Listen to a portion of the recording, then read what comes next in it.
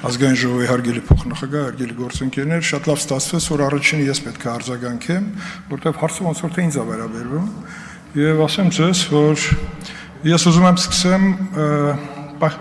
հանձնաժողովում հնչեցրած մի տեսակետ կապված իմ մազերի գույնի հետ, որը շատ լավ օգտագործեց Տիկին Թագուհի Թոմասյանը, ասեմ ես կյաճ չեմ, ես սպիտակ եմ,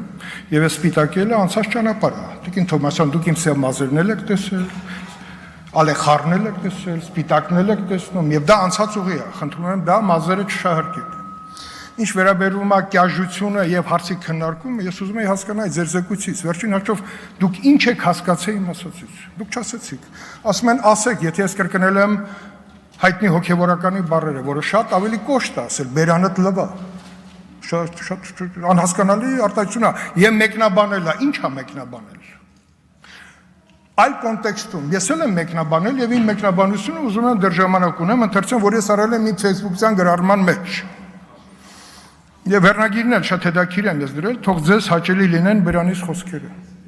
Խոսքի մասին է վերաբերում խոսքի մաքրության, Տիկին Թոմասյան։ Լրագրողի եւ ընդհանրապես պատգամավորների հետ հարաբերություններում դա երկկողմանի է, պարտավորությունները իրավական։ Դուք ասում եք 4 իշխանությունը ամեն ինչից վեր է։ Դուք արդեն դարձրել եք այդպեսին, որտեղ մեր ընդդիմադիր գործընկերները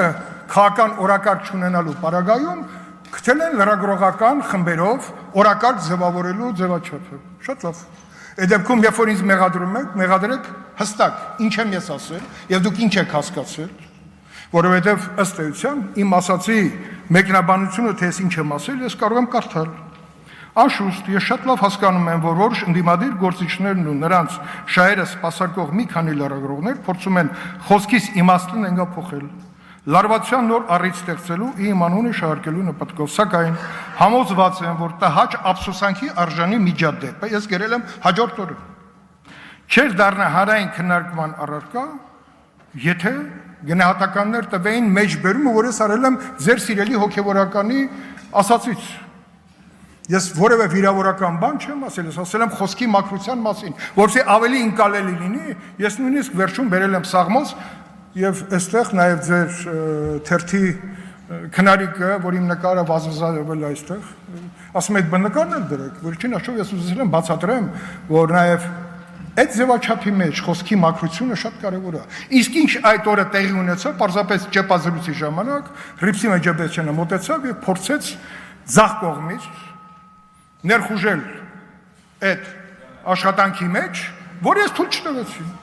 Ասեցի գնանք կանգնի այնտեղ, որտեղ մարդիկ ժամանակի շուտ կանգնել են եւ մենք սկսել ենք մեր ուրեմն ճեպազրույցը։ Էլի ասեմ, դուք չեք կարող ասել, որ ես բաց չեմ եղել ընդդիմադիր լրատվամիջոցների առաջ։ Գուցե երևի ամենաշատ հարցազրույց տված եւ ճեպազրույց տված պատգամավորներից մեկն եմ։ Կարող եք մոնիտորինգ անել։ Եվ դա հիմա ասել, որ ես լրագրողներին ճնշել եմ, բայց ճնշվածներին չեմ մյուս օրը գալ ինձանից հարցազրույց վերցնել։ Դու ճնշված մնայք, բոյկոտ էիք հայտարարել, անեիք, ինչի չեք անում։ Ուզում ասեմ արդարացի պետք է լինեք, սա առիթ էր, որպեսզի 1.5 ժամը օրակարգ չլինելու քաղաքական պարագայում դարձնեք օրակարգ։ Շնորհակալություն։ Շնորհակալություն, հաջորդիվ ելույթ կունենա Գեգամ Նազարյանը, պարոն Նազարյան, համեցեք։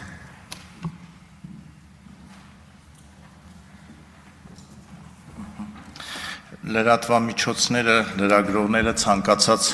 պետության հենասյուն